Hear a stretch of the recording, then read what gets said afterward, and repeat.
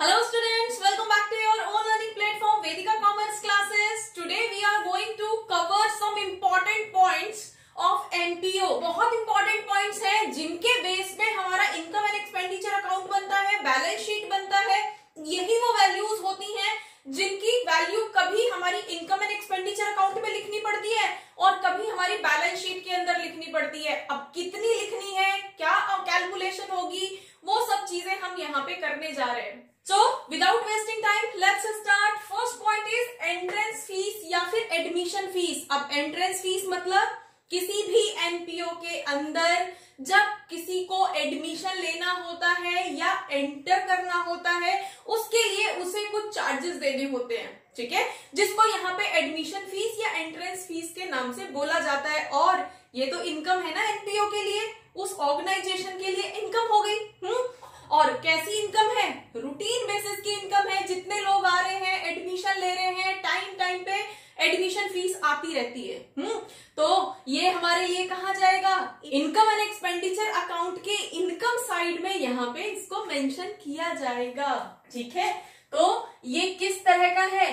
Revenue nature का item है, revenue receipt है और इनकम एंड एक्सपेंडिचर अकाउंट के अंदर इसको इनकम साइड में रिकॉर्ड किया जाता है। और इसका कोई भी अमाउंट बैलेंस शीट में नहीं जाता है। देखो, रिसीट एंड पेमेंट अकाउंट में तो हम जो कैश रिसीव कर रहे थे, चाहे वो किसी भी नेचर का था, रेवेन्यू नेचर का था या कैपिटल नेचर का था, सबको हम रिकॉर्ड कर रहे थे। ऐसे ही हम पेमेंट रिकॉर्ड कर रहे थे। तो रिसीट एंड पेमेंट अकाउंट में तो सब कुछ एंटर होता है। जब भी कैश की फॉर्म में आ रहा है या जा रहा है वो एंटर होगा। लेकिन इनकम एंड एक्सपेंडिचर अकाउंट हम उसी पर्टिकुलर ईयर के लिए कुछ आइटम्स रिकॉर्ड करते हैं। तो इनकम एंड एक्सपेंडिचर अकाउंट में जो उस पर्टिकुलर ईयर के लिए इनकम या एक्सपेंस माने जाते हैं, सिर्फ उन्हीं को रिकॉर्ड करते हैं। और सिर्फ रेवेन्यू नेचर के एक्सपेंसेस या income he income and expenditure account में रिकॉर्ड किए जाते हैं, कैपिटल नेचर के नहीं किए जाते। कैपिटल नेचर के सारी खर्चे या सारी इनकम हम बैलेंस शीट में रिकॉर्ड करते हैं, है ना। चलो, next one is life membership fees. अब कोई भी डोनर है या कोई भी XYZ इंडिविजुअल है, उस पर्टिकुलर NGO के साथ लाइफ टाइम की मेंबरशिप चाहता है, ठीक है। तो उसके लिए उसने इमीडिएट या अभी लाइफ टाइम के लिए कुछ सब्सक्रिप्शन अमाउंट पे कर दिया है, लाइफ टाइम की फीस उसने पे कर दी है वन टाइम में, ठीक है। अब ऑर्गेनाइजेशन के ऊपर लाइबिलिटी आ गई ना। अब लाइफ टाइम जो भी इवेंट्स होंगे, जो भी उस NGO की एक्टिविटीज होंगी, उस पर्टिकुलर इंडिविजुअल को टाइमली इन्फॉर्म करना पड़ेगा, टाइमली इनवाइट करना पड़ेगा, ठीक है। क्यों? क्योंकि उन्होंने कुछ एडवांस काइंड ऑफ लाइबिलिटी ले रखी है ना। उस बंदे ने एडवांस में फीस पे कर रखी है, लाइफ लॉन्ग की, पूरी लाइफ टाइम की फीस सबमिट कर रखी है, ठीक है। तो ये क्या हो गया? लाइबिलिटी ना, उस ऑर्गेनाइजेशन के ऊपर ये तो लाइबिलिटी हो गई, लाइफ लॉन्ग लाइबिलिटी हो गई। और वन टाइम ही पैसा आया है तो कैपिटल नेचर की हो गई। अब बार बार तो पैसा आएगा नहीं ना, एक बार आया है और लाइफ लॉन्ग लाइबिलिटी हो गई है NPO के पास। तो ये कहां पे रिकॉर्ड होगा? बैलेंस शीट के लाइबिलिटी में रिकॉर्ड किया जाएगा, क्योंकि ये कैपिटल नेचर की रिसीट है उस NGO के लिए, ठीक है। Next one is special receipts. अब स्पेशल रिसीट्स जैसे हमने लास्ट क्लास के अंदर किया था, हमने सिनेमा के नाम पे कुछ इनकम रिसीव की थी और कुछ एक्सपेंसेस हुए थे। ऐसे ही किसी स्पेसिफिक इवेंट के लिए लाइक एनुअल डिनर, ठीक है, कोई मिनिस्टर या कोई भी XYZ पर्सन उस NGO के अंदर आ रहा है कुछ इनॉग्रेशन के लिए, तो उसके लिए स्पेसिफिक अरेंजमेंट करना है, उसके लिए कुछ इनकम मिली है, उसके लिए कुछ पैसा मिला है, फाइन। तो ये होती हैं हमारी स्पेशल रिसीट्स। अब स्पेशल रिसीट है तो उस स्पेसिफिक पर्पस के लिए या उस स्पेसिफिक टास्क के लिए ही मिली है, ठीक है। अब यहाँ पे थोड़ा सा ध्यान देना है, अगर इस स्पेसिफिक एक्सपेंस के नाम पे या इस स्पेसिफिक इवेंट के नाम पे हमारे पास पहले से कोई फंड अवेलेबल है, थोड़ा सा ध्यान देना, अगर पहले से कोई फंड अवेलेबल है जैसे कि हमारे पास पवेलियन फंड, जैसे कि मैच फंड, ठीक है। तो अगर इस तरह का कोई फंड अवेलेबल है और उसी से रिलेटेड हमें और स्पेसिफिक डोनेशन मिली है, लाइक बिल्डिंग उसी के लिए हमें मिली है या उस डिनर के लिए ही हमें मिली है, तो उस फंड की एंट्री बैलेंस शीट के लायबिलिटी साइड में होती है। ओपनिंग फंड प्लस जो भी हमें ड्यूरिंग द ईयर रिसीव हुआ है माइनस उसमें से जो खर्च हो गया, इस तरह से हम अपनी बैलेंस शीट के लायबिलिटी साइड में रिकॉर्ड करते हैं अगर ओपनिंग फंड हमारे पास अवेलेबल है, ठीक है। और दूसरी तरफ अगर हमारे पास इस पर्टिकुलर इवेंट का कोई फंड अवेलेबल नहीं है, लाइक डिनर के लिए हमारे पास पहले से कोई फंड अवेलेबल नहीं है, बस अभी रिसीट मिली है, ठीक है। अभी कोई मिनिस्टर आ रहा है, उसके लिए डिनर करवाना है, उस डिनर के लिए हमें रिसीट मिली है। अब उस रिसीट में से हम एक्सपेंसेस करेंगे, डिनर ऑर्गेनाइज कराएंगे, तो उसका कोई पहले से फंड नहीं था, ठीक है। सिर्फ रिसीट हुई है और एक्सपेंसेस हुए हैं, तो इनकम हुई है और एक्सपेंसेस हुए हैं, तो कहां पे एंट्री करोगे? हम हमेशा उसको इनकम एंड एक्सपेंडिचर अकाउंट के अंदर इनकम साइड में रिकॉर्ड करते हैं। अब स्पेसिफिक नेचर की है, स्पेशल रिसीट है, फिर भी हम उसको कहां पे रिकॉर्ड कर रहे हैं? इनकम एंड एक्सपेंडिचर अकाउंट में। क्यों? क्योंकि इसका पहले से कोई भी फंड अवेलेबल नहीं है। क्लियर? मैं बार बार एक चीज रिपीट कर रही हूं, अगर फंड अवेलेबल है उस पर्टिकुलर इवेंट के लिए तो वो रिसीट सीधे बैलेंस शीट में चली जाती है, लायबिलिटी साइड, वहीं पे उसकी कैलकुलेशंस होती हैं। कैसे होती हैं ये हमने लास्ट क्लास में स्पेसिफिक फंड के नाम से कुछ क्लासेस हुई हैं, उसमें हमने कवर किया है। तो अगर आपने नहीं देखा है तो डिस्क्रिप्शन, आपके डिस्क्रिप्शन बॉक्स में गिवन है, आप देख सकते हैं, ठीक है। और अगर हमारा फंड यहाँ पे अवेलेबल नहीं है तो ये सिर्फ इनकम और एक्सपेंडिचर है और इनकम एक्सपेंडिचर के अंदर इसको रिकॉर्ड कर देंगे। क्लियर? Next, donations. अब डोनेशन हमारी दो तरह की हो सकती है, जैसे हमने स्पेसिफिक फंड में लास्ट क्लास के अंदर कवर किया था। देन डोनेशन हमारी या तो जर्नल हो सकती है या फिर हमारी स्पेसिफिक हो सकती है। अब जर्नल डोनेशन है तो हमें जर्नली रिसीव हुई है और उसको हम किसी भी रिक्वायरमेंट में उस पैसे को हम यूज कर सकते हैं। जर्नल पैसा है, जर्नली हम किसी भी एक्सपेंस में उसको यूज कर सकते हैं, तो उसकी रिकॉर्डिंग कैसे होगी? अगर जर्नल है तो इनकम एंड एक्सपेंडिचर अकाउंट के रिसीट है ना, इनकम साइड में इसको रिकॉर्ड कर देंगे, ठीक है। इनकम है, लेकिन अगर स्पेसिफिक है तो स्पेसिफिक फंड में चली जाएगी। और स्पेसिफिक फंड कहां पे रिकॉर्ड होता है? स्पेसिफिक फंड हमारा लायबिलिटीज में रिकॉर्ड होता है, ठीक है। तो ये इनकम एक्सपेंडिचर में ना जाके बैलेंस शीट के लायबिलिटी साइड में रिकॉर्ड हो जाएगी under this particular specific fund head, ठीक है।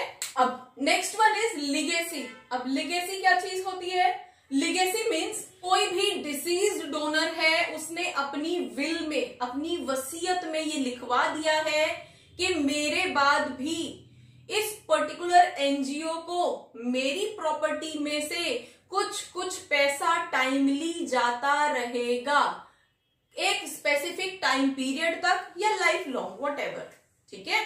तो उसको हम बोलते हैं लिगेसी।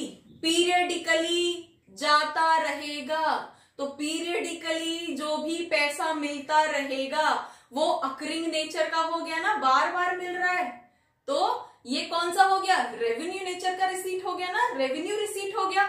और रेवेन्यू रिसीट है तो again income and expenditure account के इनकम साइड में इसको रिकॉर्ड किया जाएगा। क्लियर? चलिए next, sale of used sports material.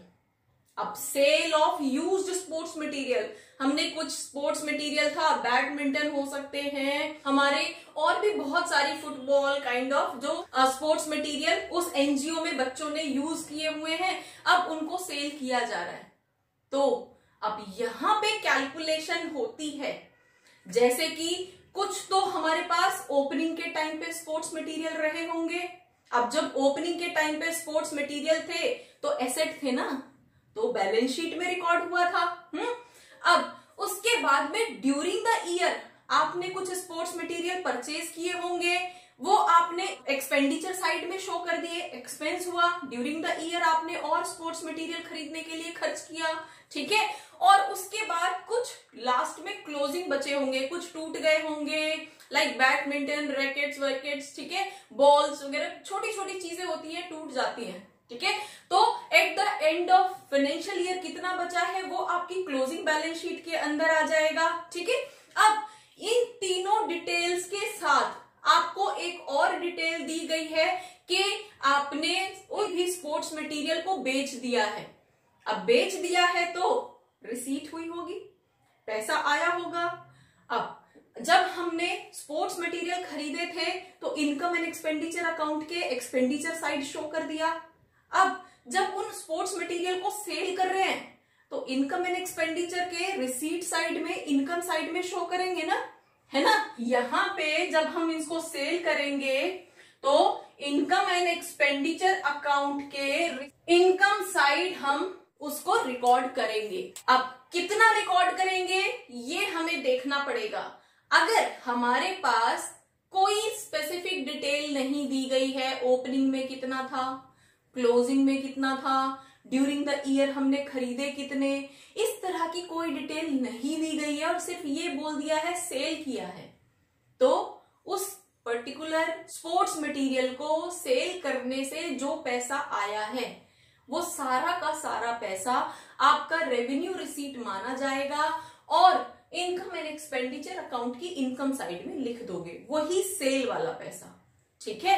और अगर आपको यहाँ पे ओपनिंग अकाउंट में भी डिटेल दिया है, ड्यूरिंग द ईयर आपने खर्च भी किया है और नया सामान खरीदा है, लास्ट में आपके पास क्लोजिंग भी बचा हुआ है और डेप्रिसिएशन की भी कोई वैल्यू नहीं दी गई है, और फिर भी आपके क्लोजिंग में जो एसेट बचना चाहिए वो कम है, तो वहां पे क्या शो करोगे, डेप्रिसिएशन की कोई डिटेल नहीं है।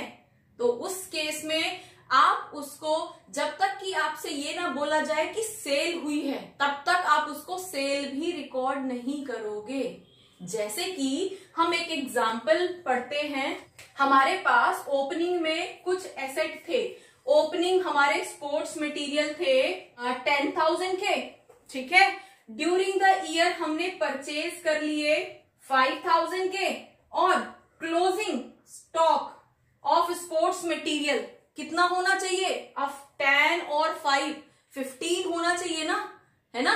10 तो हमारे पास स्टार्टिंग में था, 5 हमने ड्यूरिंग द ईयर, 5,000 का सामान हमने ड्यूरिंग द ईयर खरीद लिया, तो क्लोजिंग के टाइम में हमारे पास 15,000 का स्पोर्ट्स मटेरियल होना चाहिए। लेकिन अगर हमारे पास ये सपोज 12,000 का बचता है और हमें ये भी नहीं बोला गया कि डेप्रिसिएशन लगा है, हमें ये भी नहीं बोला गया कि सेल हुई है, दोनों में से कोई भी चीज नहीं हुई है, तो आप क्या करोगे, कितना 15 का होना चाहिए था लेकिन 12 बचा है, तो 3,000 का सामान कहां चला गया, उसकी रिकॉर्डिंग हम कंजम्पशन ऑफ स्पोर्ट्स मटेरियल में करेंगे। मींस 3,000 का जो सामान था वो ड्यूरिंग द ईयर कंज्यूम हो गया, टूट गया, ठीक है, स्क्रैप में चला गया, इस तरह से हम उसकी रिकॉर्डिंग करेंगे। सेल का नाम नहीं आया है तो सेल हम नहीं करेंगे, डेप्रिसिएशन का नाम नहीं आया है तो डेप्रिसिएशन भी हम इनकम एक्सपेंडिचर अकाउंट में नहीं दिखाएंगे, ठीक है। और यहाँ पे अगर सेल हुई है और हमें वहां पे सिर्फ सेल वैल्यू दे रखी है कि इतने में ये सामान बिका है, ठीक है, तो उस केस में उस सेल वैल्यू को हम वहां पे पुट कर देंगे, डन। और अगर हमें सेल वैल्यू और बुक वैल्यू दोनों गिवन है तो उस केस में उन दोनों के डिफरेंस से जो भी प्रॉफिट या लॉस आता है, उस प्रॉफिट या उस लॉस को हम इनकम एंड एक्सपेंडिचर अकाउंट में शो करेंगे, ठीक है। जैसे अगर हमें क्वेश्चन के अंदर बोला है कि हमने स्पोर्ट्स मटेरियल 10,000 का सेल कर दिया है, कोई बुक वैल्यू नहीं दी गई है, कंपेयर करने के लिए और कोई डिटेल है ही नहीं, तो ये पूरा का पूरा 10,000 रुपीज आपका इनकम एंड एक्सपेंडिचर अकाउंट के अंदर इनकम की फॉर्म में रिकॉर्ड हो जाएगा, ठीक है। और यही अगर आपसे बोल दिया जाता कि 10,000 की गुड्स हैं, उसको आपने 8,000 में सेल कर दिया, बुक वैल्यू उन स्पोर्ट्स की 10,000 है और आपने 8,000 में बेच दिया, तो प्रॉफिट हुआ या लॉस हुआ? 10,000 का था ना सामान, 8,000 में बेच दिया तो 2,000 का आपको लॉस हो गया ना। तो वो लॉस किस तरफ जाएगा? यहां पे आपका loss income and expenditure account में एक्सपेंडिचर साइड शो कर दिया जाएगा, ठीक है। और यही चीज अगर उसकी बुक वैल्यू 10,000 थी और आपने सेल कर दिया उसको 12,000 में, तो आपको क्या हुआ? प्रॉफिट, है ना। 10,000 का सामान था, बुक वैल्यू 10,000 बची थी और आपने 12,000 में बेच दिया तो 2,000 का प्रॉफिट हो गया ना। और अब ये प्रॉफिट कहां जाएगा? ये profit income and expenditure account के इनकम साइड में शो किया जाएगा। क्लियर? तो हमारे पास इस सेल से क्या मतलब है? Sale of used material.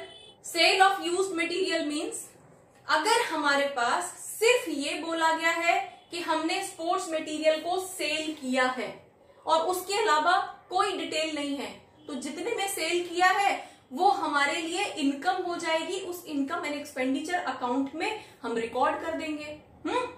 लेकिन अगर हमें बुक वैल्यू के साथ सेल वैल्यू दी गई है तो हमें कंपेयर करना पड़ेगा, प्रॉफिट हुआ या लॉस हुआ। प्रॉफिट हुआ तो इनकम एंड एक्सपेंडिचर अकाउंट के इनकम साइड में शो कर देंगे, और अगर लॉस हुआ तो एक्सपेंडिचर साइड हम उसको रिकॉर्ड कर देंगे, जहां हम डेप्रिसिएशन रिकॉर्ड करते हैं। क्लियर? नाउ आगे सेल ऑफ ओल्ड एसेट। अब ओल्ड एसेट है, हमारी पुरानी बिल्डिंग है, पुराना कोई फर्नीचर है, उसकी सेल होगी। Same concept applies here also. Sale of old asset है। ओल्ड एसेट, एसेट का मतलब आपके पास क्या हो गया? हम फिक्स्ड एसेट की बात कर रहे हैं, बिल्डिंग, फर्नीचर, इन सब की बात कर रहे हैं। तो इन फर्नीचर के लिए, इन एसेट्स के लिए आपको हमेशा बुक वैल्यू और सेल वैल्यू दोनों दी जाएंगी। तो book value and sale value को कंपेयर करके आप कैलकुलेट करोगे कि प्रॉफिट हुआ है या लॉस हुआ है। फिर वो प्रॉफिट और लॉस, जैसे हमने पहले स्पोर्ट्स मटेरियल को सेल करके ट्रीट किया था, सेम उसी वे में वो प्रॉफिट और लॉस ट्रीट होगा, ठीक है। और एक और चीज, जब हम कैपिटल एसेट की बात कर रहे हैं, जब हम फिक्स्ड एसेट की बात कर रहे हैं, तो वहां पे हमारे पास कई बार डेप्रिसिएशन का रेट भी दिया होता है। तो कितना प्रॉफिट हुआ है या कितना लॉस हुआ है, हम अपनी opening stock, closing stock, during the year कितना परचेज हुआ, सेल हुआ, कितना डेप्रिसिएशन लगा उस एसेट पे, उसके लिए पर्टिकुलर अकाउंट बनाते हैं और फिर जाके हमें ये पता चलता है कि हमें उस एसेट को सेल करने से प्रॉफिट हुआ है या लॉस हुआ है, ठीक है। तो जो भी प्रॉफिट आएगा उसको इनकम एंड एक्सपेंडिचर अकाउंट के इनकम साइड में रिकॉर्ड कर देंगे, जो भी लॉस होगा उसको इनकम एंड एक्सपेंडिचर के एक्सपेंडिचर साइड रिकॉर्ड कर देंगे, ठीक है। लेकिन प्रॉफिट थोड़ा केयरफुली निकालना है आपको। क्लियर? आगे चल के हम इसकी न्यूमेरिकल कैलकुलेशंस भी करेंगे, न्यूमेरिकल्स में इन पॉइंट्स को कवर करेंगे। So keep watching and keep learning, ठीक है। Next one is sale of old newspaper.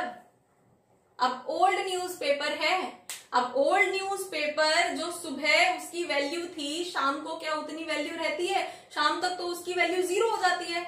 तो बुक वैल्यू तो 0 हो गई, कंपेयर करने के लिए तो हमारे पास कुछ होता नहीं है। तो उस न्यूज़पेपर को बेच के, उस रद्दी को बेच के ऑर्गेनाइजेशन को जो भी पैसा मिल रहा है, टाइम टाइम पे वो इस तरह के न्यूज़पेपर इकट्ठे करके बेचता रहता है, टाइम टाइम पे उसको रिसीट मिलती रहती है, तो रेवेन्यू रिसीट हो गई ना। और रेवेन्यू रिसीट है तो इनकम एंड एक्सपेंडिचर अकाउंट के अंदर इनकम साइड में रिकॉर्ड हो जाएगी। Next is honorarium. अब ऑनरेरियम का मतलब क्या है? ऑर्गेनाइजेशन में, एनपीओ में कोई भी XYZ पर्सन कोई स्पेसिफिक ट्रेनिंग देने के लिए आया है, बच्चों को क्लास लेने के लिए आया है, लेक्चर देने के लिए आया है, ठीक है। एज अ गेस्ट अगर कोई आया है और उसको ओनर देने के लिए एनवेलप में कुछ कैश उसको हमने गिफ्ट किया है, एनजीओ ने उसको कैश गिफ्ट किया है, तो वो अमाउंट जो है ऑनरेरियम की फॉर्म में बोला जाता है। और एनजीओ के लिए ये एक्सपेंस होता है। ठीक है, तो यहां पे इनकम एंड एक्सपेंडिचर अकाउंट के एक्सपेंडिचर साइड में इसको रिकॉर्ड कर देते हैं अगर हमने ऑनरेरियम पे किया है। मोस्ट ऑफ द केसेस में आप ऑनरेरियम पे करते हो। क्लियर? और अगर आपको ऑनरेरियम रिसीव्ड हुआ है कहीं से, लाइक एनजीओ का कोई पर्टिकुलर इंडिविजुअल कहीं जाके लेक्चर देके आया है और उसको वहां पे ऑनरेरियम मिला है, तो रिसीट साइड में आप डाल सकते हैं। ठीक है, लेकिन उसके लिए स्पेसिफिकली मेंशन किया जाएगा ऑनरेरियम रिसीव्ड। ठीक है, अगर सिर्फ ऑनरेरियम वर्ड है इसका मतलब है कि आपने पे किया है। Clear? Next is revenue receipts. अब रेवेन्यू रिसीट उस एनजीओ को पीरियडिकली टाइम पे जो रीअकरिंग बेसिस पे जो इनकम होती रहती है वो रेवेन्यू रिसीट होती है। उसको रेंट की फॉर्म में पैसा मिल सकता है, इंटरेस्ट की फॉर्म में पैसा मिल सकता है, तो ये तो रीअकरिंग नेचर के है ना, तो इनकम एंड एक्सपेंडिचर अकाउंट के अंदर इनकम साइड में रिकॉर्ड करोगे। क्लियर? अब यही चीज अगर हमारे पास कैपिटल रिसीट होता, अब कैपिटल रिसीट है तो स्पेसिफिक डोनेशन वाली आ गई ना, स्पेसिफिक डोनेशन हो गई, कैपिटल नेचर की रिसीट है तो वो तो बैलेंस शीट में ही रिकॉर्ड होती है, बैलेंस शीट के लायबिलिटी साइड में ही रिकॉर्ड होती है उस स्पेसिफिक फंड के नाम से या स्पेसिफिक इनकम या रिसीट के नाम से। क्लियर? दूसरा कैपिटल एक्सपेंडिचर्स। अब कैपिटल एक्सपेंडिचर है, कैपिटल एक्सपेंडिचर मतलब आपने कोई फिक्स्ड एसेट खरीदा है, उसके लिए आपका कैश खर्च हुआ है, तो या तो वो रिसीट एंड पेमेंट अकाउंट के अंदर रिकॉर्ड हुआ था और अब कहां होगा, अब हम उसके लिए स्पेसिफिक अकाउंट बनाएंगे क्योंकि हमारे पास कुछ ओपनिंग एसेट रहा होगा। सपोज हम फर्नीचर की बात करते हैं तो ओपनिंग के टाइम पे हमारे पास कुछ फर्नीचर रहा होगा, ड्यूरिंग द ईयर हमने और थोड़ा सा फर्नीचर खरीद लिया है, क्लोजिंग के टाइम पे हमारे पास कुछ अमाउंट ऑफ फर्नीचर बचा है। अब जो फर्नीचर हमने ड्यूरिंग द ईयर खरीदा है वही तो हमारा कैपिटल एक्सपेंस है। अब उसको रिकॉर्ड कैसे करते हैं, ड्यूरिंग द ईयर उस फर्नीचर पे कुछ डेप्रिसिएशन भी लगा होगा, अगर हमने उसको कुछ सेल कर दिया तो प्रॉफिट लॉस भी हुआ होगा। इन सबको कंसीडर करके हम एक स्पेसिफिक एसेट या फर्नीचर अकाउंट बनाते हैं और उसकी जो वैल्यू आती है, बैलेंसिंग फिगर आता है, उस बैलेंसिंग फिगर को हम बैलेंस शीट के एसेट साइड में रिकॉर्ड करते हैं। ठीक है, कैपिटल एक्सपेंस अगर हमने कोई भी ड्यूरिंग द ईयर किया है, जैसे हमने फर्नीचर का एग्जांपल लिया, सपोज ड्यूरिंग द ईयर जो फर्नीचर है 10,000 का फर्नीचर ड्यूरिंग द ईयर खरीदा है।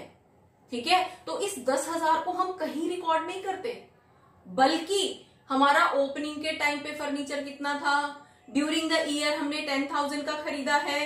ठीक है, इस पे कितना डेप्रिसिएशन लगा, कितना फर्नीचर सेल हो गया, डिस्कार्ड हो गया, ये सब चीजें कैलकुलेट करके हम प्रॉपर अकाउंट बनाते हैं और उस अकाउंट का जो बैलेंसिंग फिगर आता है उस बैलेंसिंग फिगर को हम बैलेंस शीट के एसेट साइड में रिकॉर्ड कर देते हैं।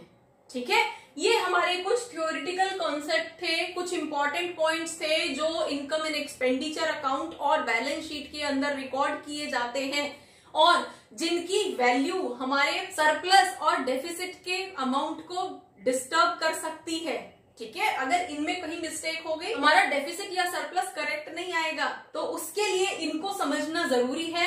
अब नेक्स्ट क्लास के अंदर हम consumption of goods like medicine, ठीक है, लाइक स्पोर्ट्स मटेरियल जो हम यहाँ पे पढ़ रहे थे, उसको न्यूमेरिकल एग्जाम्पल के साथ नेक्स्ट क्लास के अंदर कवर करेंगे। होपफुली आपको समझ आया होगा। For numerical calculation and much more depth concept, keep watching, keep learning. Thank you.